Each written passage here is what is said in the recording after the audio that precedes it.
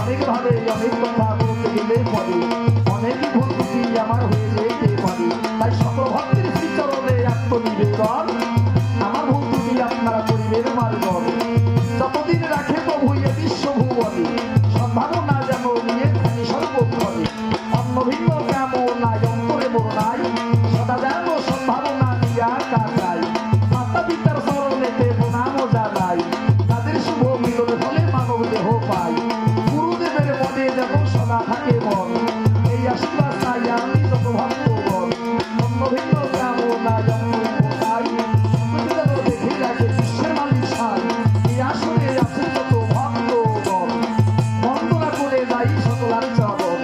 ভক্তগণে যদি আমায় আশীষ করে দান, বলা সরকারের মুখে ফুটতে থাকবে না।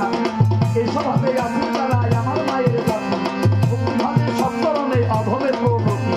কৃপা হস্ত দিয়ে শিরে করবেন আশীর্বাদ, তাহাতে কেটে যাবে চিত্তের অভিশাপ। যদি থাকে মেয়ে আসলে মুসলমান ভাই, ভক্তিভাবে তাদের আমি সালাম জানাই।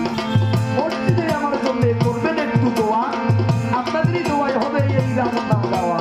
আর তবে বেশি কথা বলবো না, ছেড়ে দিয়ে যাই রামের মিথ্যে আলোচনা। এ পর্যন্ত রামচন্দ্র সাঙ্গ হয়ে গেল